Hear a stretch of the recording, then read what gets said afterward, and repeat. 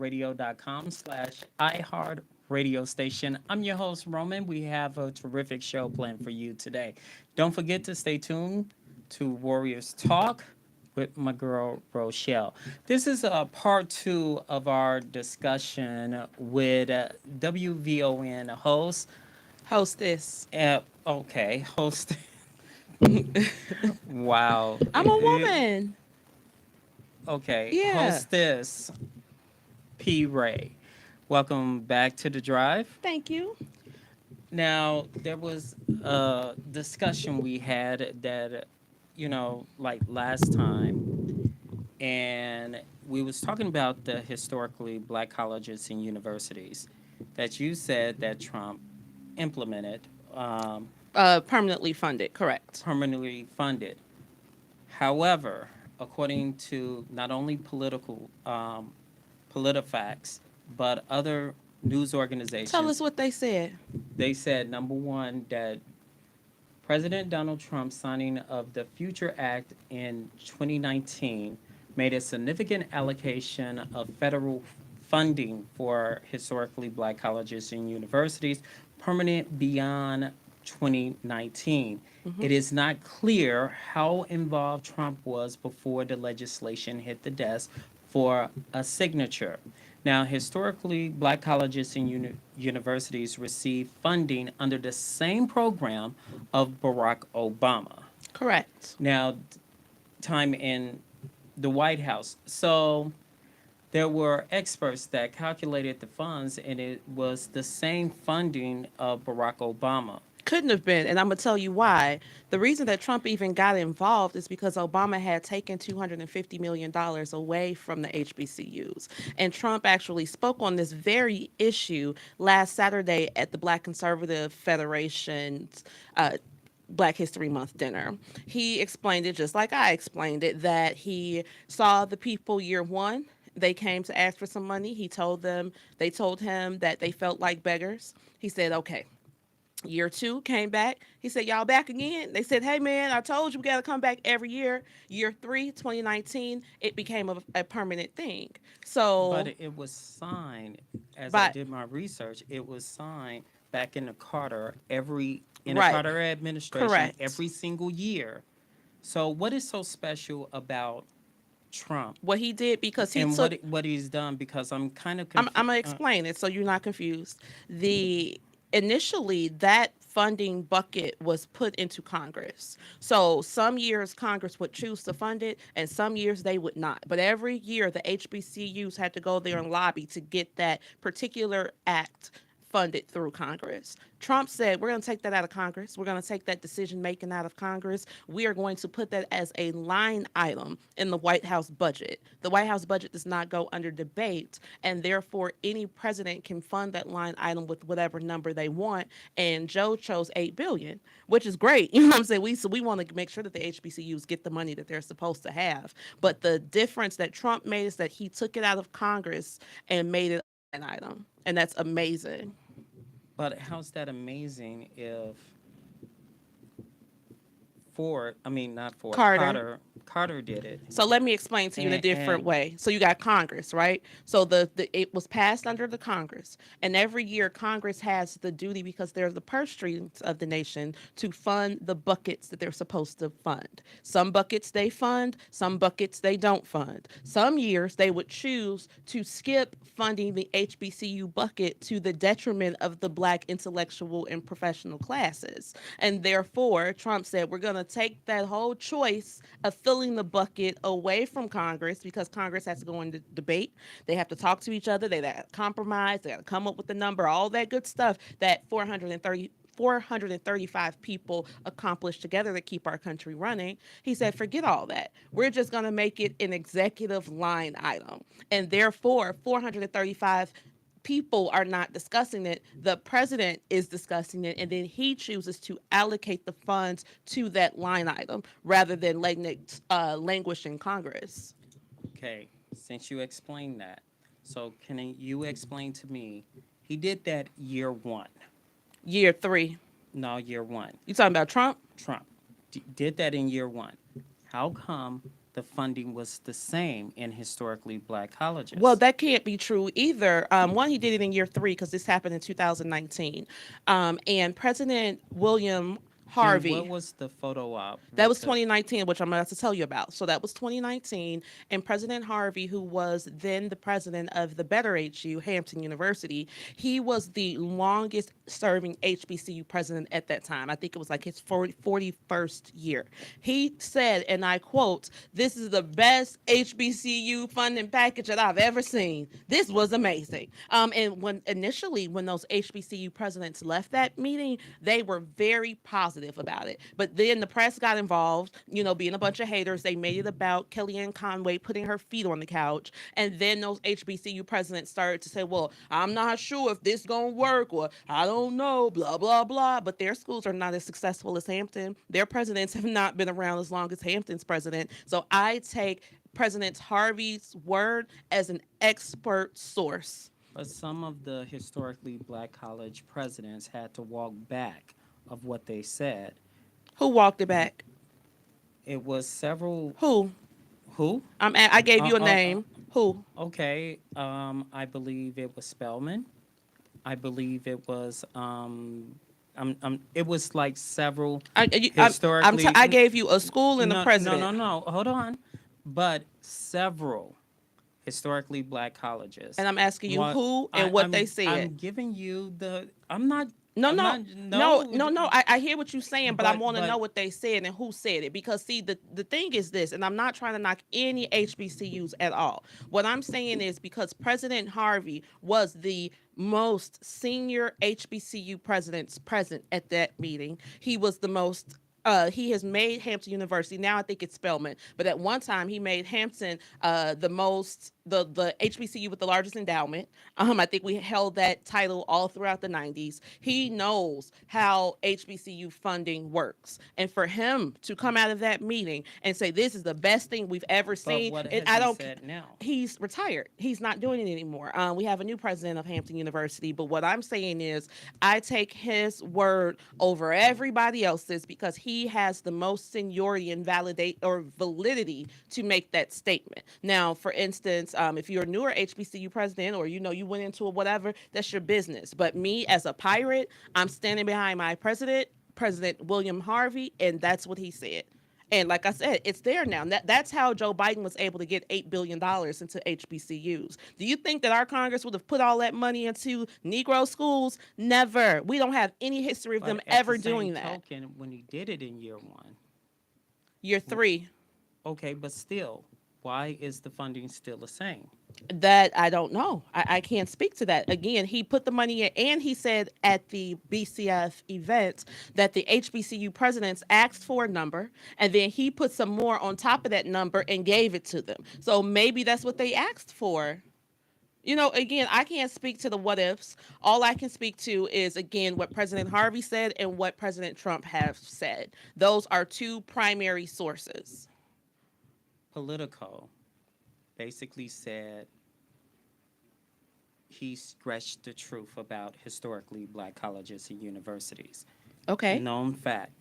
Why media think he stretched the truth and you say something different? I can't speak for them, love. I don't know. Again, I only go by what the primary sources say. That if you listen to the show, I only play primary sources. I can't go off of what somebody else said or what their opinion is based off of what was said. Again, the two most valid sources, which were Trump and President Harvey, they said that it was wonderful. And then Trump reiterated that same thing Saturday night. So whatever else news sources are saying, who are selling advertising or whatever they're doing, that's their business. I'm not here to validate or invalidate that. All I can go again is off of what they said. And that is what was said, that was there. If those HBCU presidents did not ask for more money, because again, Trump said he gave them what they asked for and then put a little bit more on top and gave them more. But do you think, as he quote is saying, he's the savior of historically black colleges and universities? I absolutely believe it to be true because again, Barack Obama did not fund them, love. That's how they got involved in the first place because Obama took that money away from the HBCUs. And then that's why they came to see Trump to begin with, to say, hey, man, can we get our money back?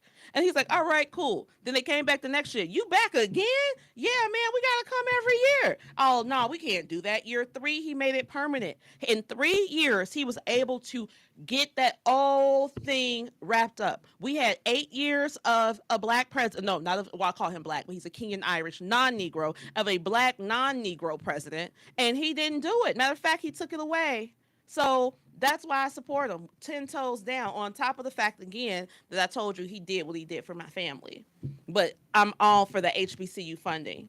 Again, I mean, not to diminish your sources, but again, I'm going by what the primary sources say. It's not diminishing the sources. It's just basically saying why. Why would he say something like that? Because it was true. I don't care about what these ad sellers are saying. Again, if I only listened to mainstream media, Black Excellence Hour wouldn't exist. We wouldn't be on the way to turning the city red. I don't get too involved with what the mainstream media says, which is why I go out of my way to read primary sources. I listen to the whole speech. I read the legislation myself, because at the end of the day, mainstream media's number one job is to sell advertising. And so if the tide of the society is anti-orange man, then yes, that's what the articles are going to say. Our people were inundated with 4 years of negative, very, very negative things about Donald Trump, and they could not see how good they were doing until it was too late, and that's why everybody wants him back. You're Donnie. My Donnie baby. As you put it, let's talk about gun legislation. Mm-hmm. One of the primary gun legislation which put guns in people with mental illness. Mm-hmm. Why did he reverse that, what Obama did? Because it was too restrictive. So when we talk about, you asked me a question, no, let me answer. Hold on. Okay, go ahead. You're saying it's too restrictive. What is too restrictive? Because if someone has mental illness, why can't they check it out? Because mental illness runs a full gambit of what a mental illness can be. Mental illness is very broad. Someone can say that they're depressed. That's a mental illness. Bipolar, mental illness. ADHD, mental illness. That was not specific enough. And see what happens in places, well, I guess even here in Chicago, somebody can declare you're crazy, call the Cook County Sheriff and say, you know what, Roman's not doing too well, and they can kick in your door and steal your guns. And 100% of gun control is racist. 100% of it. 100%. But how is it from racist? I'm gonna tell you how. So the reason that the Republican Party even found or started in 1854 is because in 1853 there were gun laws passed in the Louisiana parishes, and they said that the freedmen and mulattoes were no longer able to own guns down in Louisiana. So a man without a gun is a slave. So when they took those gun rights away from them, it allowed them or put them at higher risk to become slaves. Therefore, that's the basis of it. And every piece of gun legislation is rooted in that fact. Therefore, all gun control is racist. I'm 100% to I believe that black guns matter. Everybody needs to keep a pistol full of hollow points on their person at all times. This is the United States of America. Our Second Amendment gives us the right to bear arms, and we must do so. But when you say right to bear arms, Mm-hmm. to me, it's within reason. The reason why I say that is because you look at several cases. One incident, which we're all aware about, I forgot the name. Guy said, hey, I'm a registered gun owner. Traffic stop. Let me reach for my license. He got Armando Castillo. Got shot and killed. That was dead wrong. However, when you say right to carry, it just seems like if it's a black or brown person, it's totally negated. However, when you look at the mental psyche of a person, let's say the incident that happened, what was that, Friday, I believe, in the Austin community. Mm-hmm, at the Family Dollar. At the Family Dollar. Some people said that guy was mental. But he didn't buy that gun legally. Number one, I'm almost positive that he did not. And number two, you said something that I wanted to speak to about. Oh, Armando Castillo. So just because you're black and brown does not automatically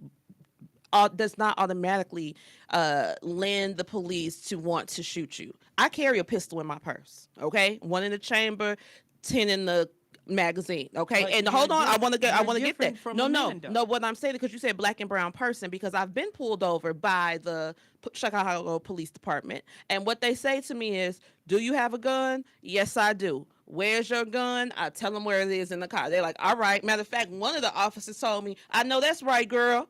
You see what I'm saying? Like, we have to get over this inherent fear of guns. And if you have a gun, the police are going to hurt you or harm you. Yes, we have examples of that. And if the police decide to not honor our Second Amendment rights, then they should be prosecuted on the federal level. What happened to Armando Castillo was dead wrong. Those officers should have been prosecuted for denying him his constitutional rights, and they should have been put into a federal jail. The NRA should have been in front of that, all gun rights, but they were not. And that's my point. That's exactly my point. They were not. But just because those organizations did not show up for him does not impede on my right to own a gun, does not impede on your right to own a gun, because this is the United States of America. And if the good people don't own the guns and all the bad people own the guns, how can you defend me? See, that's the thing, too. We have to understand that we are in an environment that has a deeply compromised security situation, because we got all these buses up here and we don't know who's here.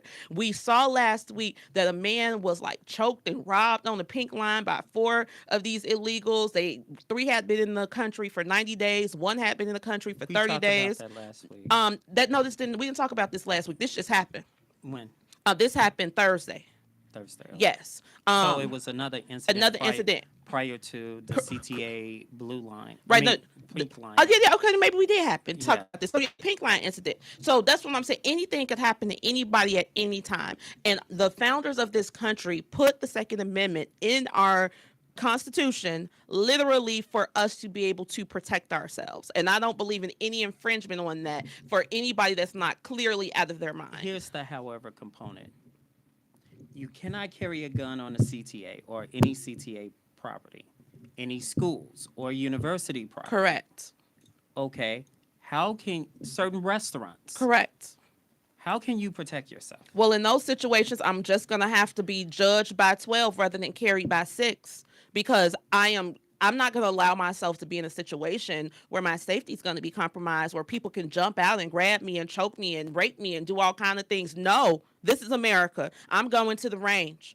And I mean that. And we have to stand on that. We as the people have to get it out of our minds that guns are something scary that we're supposed to run away from, because our ancestors carried rifles. That's how we remained free. The difference between a slave and a freedman is a gun.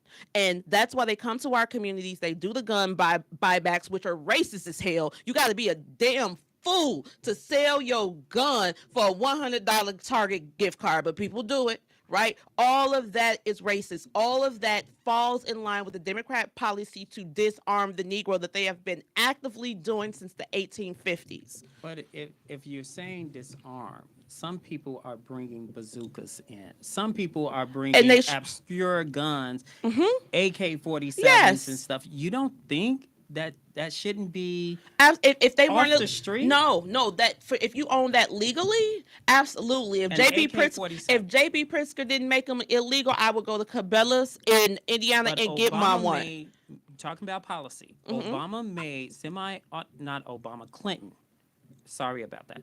Clinton made semi-automatic weapons illegal. Correct. Period. Correct. When you go to the Trump administration, I'm not going to extend it.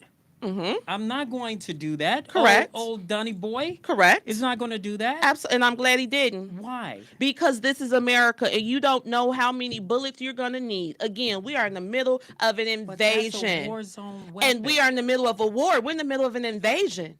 I got 10 in the purse. I shoot 6, miss 4 times. I got, you know what I'm saying? Like, and that's it. But go So to a gun range. no. I'm not carrying this for a range. If somebody kicks in my door and tries to get to me and my baby love, I am going to use every single weapon at my disposal to get them up off of us. So if I got to keep a rifle in my back, I mean, in my middle closet, if I got to get a Mossberg pump, so when you kick in my door, you're going to hear click, click. That's what I'm going to do because my life matters more than theirs. My job is to make sure that my house is secure, that my child is secure in the United States of America. And luckily, the founding fathers made it so that I can do so. Speaking of the founding fathers, there is a law, did research, called peacemakers back in the 1800s that if you're an elected official, nothing has been done. So that means your alderman, your state rep, down the line, can carry a weapon, any kind of weapon, legally in the state of Illinois and use it without getting in trouble because they're known as peacemakers. Give you an example. There was a hostile meeting back, I would say, early 2000, late 90s, I believe, I can't identify, where Dorothy Tillman was still alderman. Oh, yeah, she keep a pistol on her And hip, too. She pointed the Her gun up pistol, that's right. and shot a couple of times and say, get the hell up out of here. That's right. She did not get charged. What I'm saying to you, her life wasn't threatened, but she pulled the pistol out anyway. And then the law came about peacemakers that she did not get charged with anything because she's a peacemaker. How do you feel that any elected official can carry any kind of weapon, no matter if you're black or white, known as a peacemaker, and they can shoot somebody and they can say, I was trying to get peace? So the thing is with the peacemaker, just based on what you said, it sounds like if they use their weapon to maintain the peace, that's different than a elected official just coming up to somebody and shooting them and killing them. So it sounds like there's a difference. But I want Danny Davis to carry a gun. The congressman better have a gun and a taser and a knife and a little bitty billy club tucked into his shoe because we are dealing with, again, a society that is in the middle of a breakdown. We do not know when people are going to get violent. We do not know the violent people who are here. So everybody, including my congressman, better have them some protection on them. I'd rather be judged by 12 than carried by 6. And if I have to sit there in the Cook County courtroom to explain how I had to preserve my life, I'm okay with that. Because again, even though I'm on a different side politically, I'm still a citizen of the city of Chicago. I'm still out here. So I have a lot of commonalities with the people. And I think this is why even when these cases go before the Cook County Court, a lot of them are not convicted because people know that if you are trying to attack somebody as a bad guy, I have the right to defend myself as a good guy. And I'm going to do that in the boundaries of the law. So I don't carry an AK-47, right? Because you can't have those anymore in the state of Illinois. However, I do have what I can carry, absolutely, because I'm going to go home. I want to meet my grandkids. Your Dunny basically said he can shoot anyone in Times Square and get away with it. Correct. That was sarcasm. How would that was sarcasm? Because if you're looking at gun laws and legislation and say something like that, knowing that, okay, he was an elected official, and technically he can use, I was a former elected official, and use the peacemaker law. Correct. If he can shoot someone, he can get away with it. Okay, but that was not the point that he was making in that speech. What he was saying is that the people love me so much that I could do something wild and I would get away with it because the people love me so much. No, I don't think he's done anything like that. No, this is America. Do you have any tapes of him shooting people, hurting people, pinching people? I'm not saying that. You said he hasn't done anything wild. He has not done anything wild. Nothing at all. Like I said, I love him because he's an alpha male and he say what he means and means what he says. And people make jokes. Okay. Like, I didn't hear that and think, oh my God, Donald Trump is going to go shoot his opponents. No, no, no, no, no. And then even when people try to like couple that joke with gun control, that's a hyper emotional response, right? Because it's like, oh, we're already in a gun issue. But you And don't what think we need gun no, control? no. I think that yes, let me go back. I think that we need gun control in the sense that we have to make sure people who are really mentally sick do not hold guns. Number But one, that's and hold on, contradicting. no. Because like I said, it has to be super defined. It cannot be mental illness because again, ADHD is a mental illness. So why the Republican Party that has both House and the Senate at the time didn't define mental illness? Because they said they didn't want to. Because some people believe, some people, not me, because again, crazy people don't need guns, but some people take the Second Amendment as it is written, and it says without infringement. So if you are a constitutionalist, then you say this is the amendment, we have to honor the amendment, and then as a society adjust ourselves to the amendment. But you don't adjust the amendment to the society, we won't have a constitution. When you look at guns that's out there on the street right now, Mm-hmm. you got guns with lasers on it. Mm-hmm. You got guns with, and Illinois is different from everything else. So you're telling me, according to the legislation of gun, the Second Amendment, right to bear arms, it just seems like law enforcement has a different angle. Even if they're caught with this weapon, the prosecution in the state of Illinois is not prosecuting on that law and legislation. Mm-hmm. Here's my question. Knowing that we have migrants, which you mentioned, Mm-hmm. committing crimes, Mm-hmm. knowing because they watch the news, read the newspaper, talk to their friends, come to Chicago because 85% of the time you can get away with a murder. Mm-hmm. 80% of the time you can get away with a crime. Mm-hmm. So you don't think the Republicans dropped the ball on this? Absolutely not, because the fact that the murders aren't being solved in Cook County or in the city of Chicago are not linked to our Second Amendment rights. That it was a failure of policing that I will say Brandon Johnson got it together on. Shout out to Brandon. He hired more investigators and they are solving crimes like crimes going out of style because they are. However, when we look at the sense, I'm going to have a rebuttal. However, when we look at the fact that we got these criminals coming here, these are not migrants, these are illegal immigrants. Our people are migrants when they came from the South. A migrant is a person who lives within a country who moves from one section of the country to the other section of the country for economic purposes. That's our people when they came up from Mississippi. These are illegal immigrants, okay? An immigrant comes from outside the country. These people did not enter through an officially approved American checkpoint. Therefore, they are illegal immigrants. And if I were a criminal coming to a city where I knew that people could not have AK-47s and that there were gun restrictions, heck yeah, I'm going to come up here and try to hit some licks. I know I'm not going to have anybody shooting back at me, which is why I am so honored by Mr. McDonald, who sued the city of Chicago, I believe in 2002, 2003, to bring our gun rights back. McDonald v. Chicago. And in that opinion, Judge Clarence Thomas said the Negro must be armed. And I'm like, yes, the Negro must be armed. This is something that we have been taught as freedmen in this country since before we were free.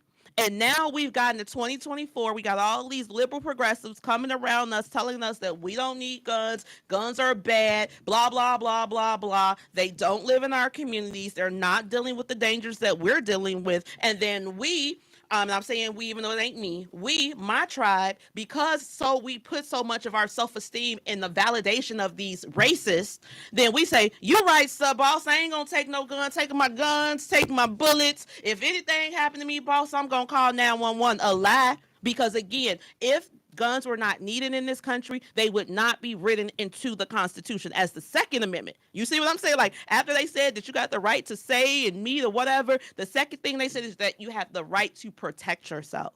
And again, I'm not going to compromise that based on the sentiment of the society at the time, because again, I got to live. I got people who depending on me, and my life matters much more than the emotionalism of this legislation. Again, you mentioned migrants Mm-hmm. or illegals. You mentioned Brandon Johnson bringing in More detectives. detectives. Mm-hmm. Okay, that was on the backflip of Mayor Leftfoot. The, Life. re- the reason I say Mm-hmm. I go back, everybody already knows. So Mayor Leftfoot basically put in that legislation, Mm-hmm. put in that. Now you have what are they? Why is this just implemented? You mean him And getting the detectives? yeah, why is it? This should have been done. You got to look at the statistics Mm-hmm. of high carjacking. Mm-hmm. It's dangerous to go downtown now. Can I tell you why it happened under Lightfoot? Because of my Donnie baby. So let me tell you No, it again. was Let me tell you. No, no. Operation Legend. Again, you gotta read. I want everybody. Look at the camera. Everybody read Operation Legend and see the type of law enforcement that Donald Trump sent to the she municipalities. refused it. She's a liar. She did not refuse, and She she's a said lie. no, She no, said no. in a Hold on, speech. hold I'm gonna on. tell you. I'm telling you. Because I watched this. I'm telling you in real time. This is why Lori never wanted to come on my show, even though Lori loves my show. She told me, "I love your show, girl. I want to come," but her people would not let her come, and the reason why is because They she wouldn't did let not. her come on my No, show. no, no, no, no, no, no, no, because she wanted to come bad. And when her people called me and asked me what was I going to talk to her about, I said I'm going to talk to her about the federal assistance that she received from Donald Trump. Because see, the day that the feds came, first remember she was cussing them out and stuff. Well, her and Trump on the back end worked something out. Trump passed a federal executive order that made it illegal to protest statues, to destroy them or whatever. So that's when those people were out there fighting for the Columbus statues. And Lori said, "Okay, come on, help us protect the statues." The night before the feds got here, Lori pulled down 100% of the Columbus statues in this city in the middle of the night. That's why the Italians are pissed to this day. She put them away, and when the feds got here, she sent them to the south and the west sides. Of course, she wasn't going to stand in the camera in this anti-Trump environment and say, "Yeah, I'll take your help." No, she had to follow that DNC script, which got her put out of office. If Lori would have been honest about what she was doing, honest about the federal help that we had here, honest about how the feds were here helping the Chicago Police Department solve crimes, we would have voted for her. Well, we did vote for her, but more people would have voted for her. Then why did she say this is brought to you referring to your Donnie? Because Donnie was mad and upset what she did with the feds. Basically saying that, okay, we'll accept the feds, but they have to go under the jurisdiction of the CPD. Mm-hmm. And she said, this message is brought to you by the letter F and the letter U. Mm-hmm. Well, it happened Why did the backflip? That's why I call her Mayor Leftfoot. because she was playing in the camera. She was showing out. That's all. But Because why just be truthful? she The couldn't. crime is damn high. Mm-hmm. We need help. Correct. No matter where the help is coming from, we need help. It's just like the National Guard. Pritzker called on the phone. This is one time I 100% agree with him. You got protesters for black. You don't know how it's going to go. Oh, the CPD got it. We don't need no National Guard. If we would have had National Guards, we wouldn't have the situation that we have now. I agree. I totally agree. But see, again, you have to understand that our leadership is not just leading independently on the local level. They get a script from the DNC because the DNC, the Democrat National Convention, those people help fund their campaigns. They help them pay for the I don't commercials, think and they get Mayor Mohawk received. what? Mayor Oh my, he's Mohawk. doing just what Jim Crow Joe told him to do. To the T. You don't think Brandon know that we pissed off? Oh, he knows. However, because he has gotten directives from the feds to accept these people, now we're doing it. That's it. Brandon cares more about his credibility with the DNC than he does with his people, and the same thing worked to Lori's detriment. That's why he's going to be a one-term mayor. So you think Mayor Mohawk basically mad over what happened Friday with his what save home? Oh, bring Chicago home. Remember I said don't vote home, for it? Nah, they ain't and, even going to be there.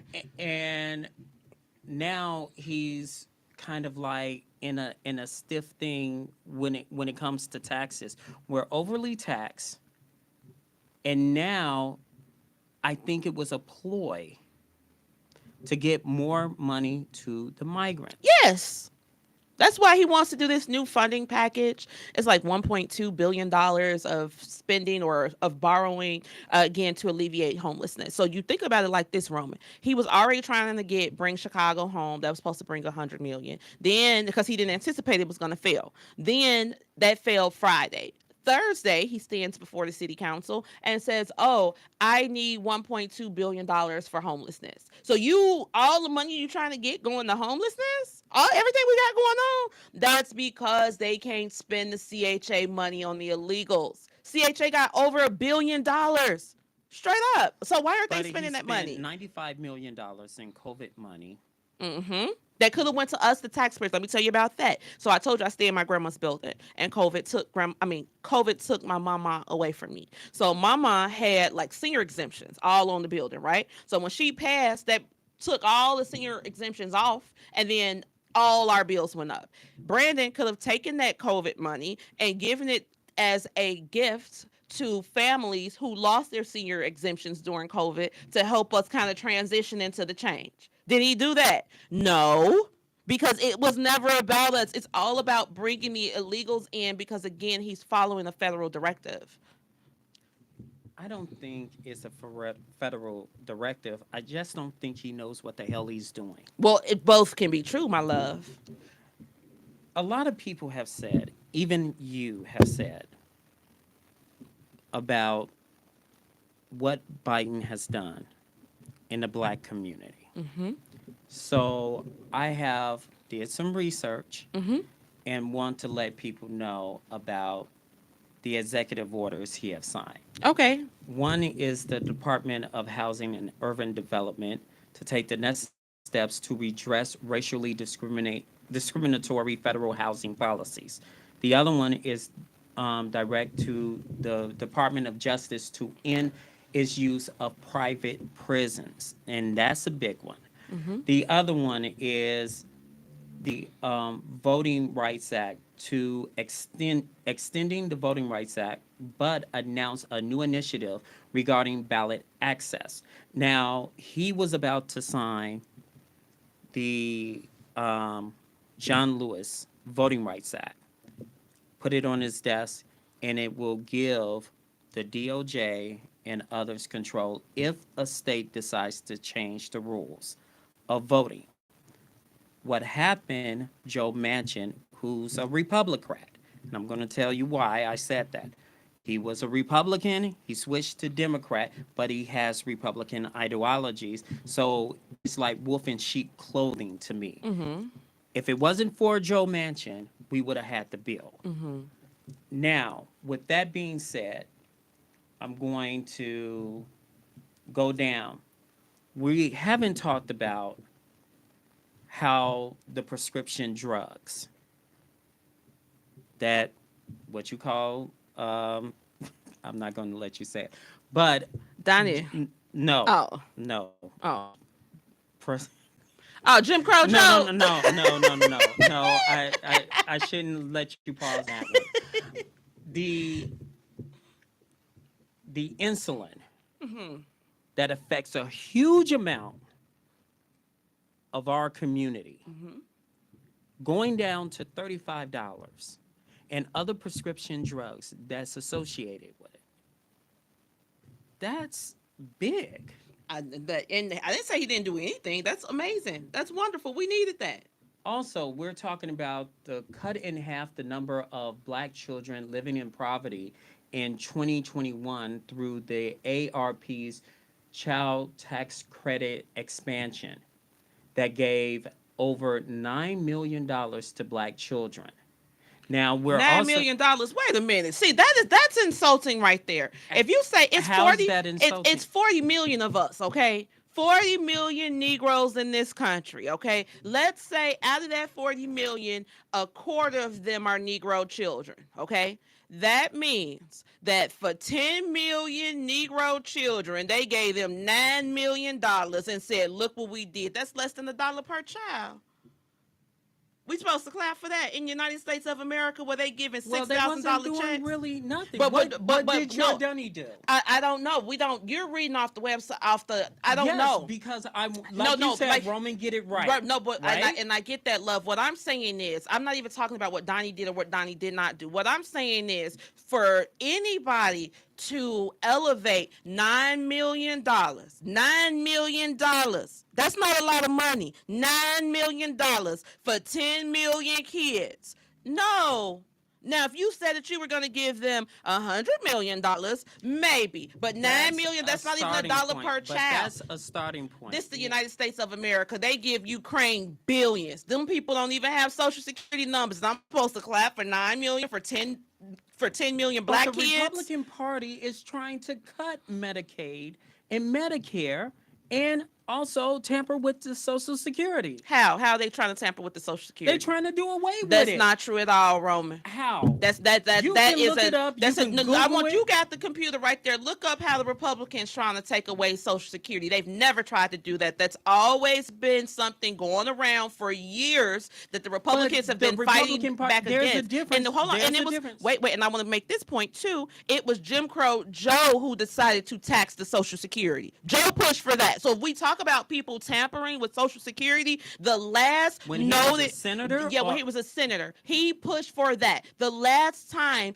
that Social Security was tinkered with as far as taxing or whatever came from Joe Biden, and Joe Biden decided to tax it. They also raised the retirement age. I believe that was under Obama as well. So when we talk about people who are tinkering with Social Security, while they say that the Republicans want to do it and will do it, we have proof of the Democrats doing it.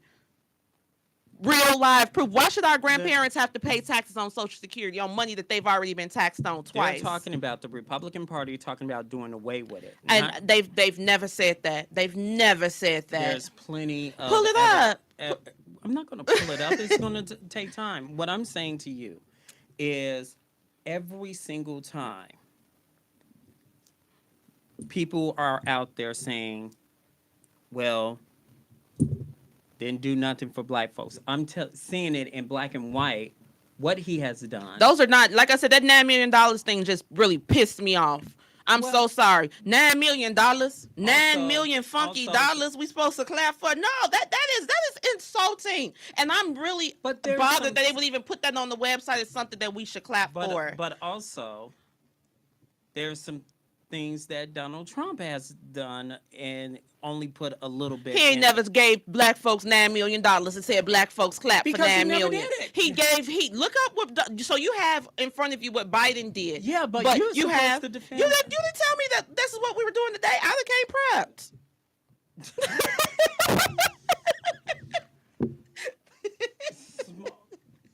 Why you make me laugh? I don't know why. Also, he improved the Small Business Administration flagship loan guarantee program and expanded to an availability of the capital, the SBA backed loans to black-owned businesses to have more. Now, here's the problem that I have, and this is what I want to explain to intellectual radio audience. Yes, blacks have benefited. Also, small business credit that President Biden has done, but we discussed the insulin. There's other things, just like the marijuana. The marijuana and the cases, because a lot of people have said that your Dunny has freed Joe Black and other rappers and stuff like that. Mm-hmm. But it was the Obama administration, because of the disparities of crack and cocaine Mm-hmm. and marijuana uses, he pardoned or commuted sentences. That's why Junebug is out there. Now, here's the other one. Joe Biden recently, at the tail end of 2003, have commuted over, what was that? Over, I would say, several hundred thousand, either commuted or pardoned sentence for black and brown over the disparities of not only crack cocaine but marijuana. Mm-hmm. As he should have. He the one who wrote the law to lock him up. Now, now we also got to talk about the 30% increase in child care assistance funding Mm-hmm. last year, and also we have to do the Affordable Care Act by 49%. Now, I'm reading this and I'm saying to myself, why a person like yourself just say, you know what, F it. I'm just going Republican. And I'm listing what they're trying to do and what they have accomplished. Mm-hmm. Well, I think that firstly, whatever Joe's doing is to clean up what he messed up. He was in Congress for over 40 years, putting all of these laws into place. I'm not going to clap for Joe for letting the Negroes out of jail that he proudly put in jail. Because, see, the thing is that when we did the crime bill and the drug stuff, we wanted those things to happen, right? Because we had a problem within our community. However, when we saw that they were not working and that they were disproportionately affecting our people, he didn't try to fix it. He No, didn't you try to can't blame stop. Joe Biden No, on no, that. because no, You no. cannot blame Joe He to Biden this on day, that. to this You got to day, blame the Black Caucus for that. and The I reason, agree. the I reason agree. you got to blame the Black Caucus because President Clinton at the time, because Auntie Maxine Waters was in jeopardy of losing her seat, wrote up the bill, harsh crime for rock cocaine, Mm-hmm. presented it, passed, and and Clinton read it, and he said, and I quote, "This is harsh." He sent it, told Maxine, if you get an unanimous vote on this bill, I will sign it. However, if they reject it, I'm not going to do it. Mm-hmm. Two black senators didn't say, no, this is too harsh. The rest went for it. One was Bobby Rush. Mm-hmm. To this day, he sat there and he said the biggest regret is voting for that bill. Everybody And regretful. he had a chance and an opportunity to say with revisions, because you can do this in any legislation. And that's why I tell people, you know, we point the finger, but point it at the right one. It was the Black Caucus fault for the mass incarceration And because they had the bill. They had to read some of these senators and aldermen, congressmen. No, I'm going down the list. Uh-huh. Don't read the legislation. True story. They don't read it and don't know the consequences and how it affects the black community. But see, Roman, this is why I say you got to grant people grace. I'm always granting people grace. When they came out with the bill, nobody could have anticipated that it was going to have that poor of a result. However, the reason that I focus solely on Jim Crow Joe and not that Black Caucus, even though they have culpability as well, is because Joe said out of his mouth, every piece of crime and drug legislation that came out of this Congress started with the congressman out of Delaware. Quote, he said this with his chest out, full chest, shoulders back. So therefore, if you are taking credit for all of this legislation, then you must take credit for all of the bad that comes from it. And he knew that it was not a good thing. He saw that it was hurting our people. And as the owner, the proud author of these bills, he didn't try to go fix it as a congressman. He didn't try to fix it as a vice president. And now, because it's in vogue, he's doing the things that he sees that are in vogue. Now But don't you think that's a good I thing? think it's wonderful. Yeah, we want our people home. However, when you look at disparities and you look at what we're talking about from gun control Mm-hmm. all the way up to now, why Republican? Why? I gotta have self-esteem, my love. I'm not about to keep on begging these people. So my It's parents not would about listen. And self-esteem I'm gonna though. tell you why it's exactly self-esteem. When my whole life, my parents loved them some WVON, okay? In the mornings when I'm asleep, and I didn't know what Cliff Kelly looked like, but when that Cliff Kelly person came into my dream, I knew it was time to wake up because he was on caller after caller, complaint, complaint, complaint, complaint. This is why I got so active politically, because I'm listening to my people complain about a party all day. And I asked my daddy one day, Daddy, why are we still dealing with these people if they're so bad? He said, because if we don't, Ray, we're not getting our garbage picked up. That's why. You better not ever tell nobody you a Republican in this town, because it's going to be social results, bad ones to you, social consequences.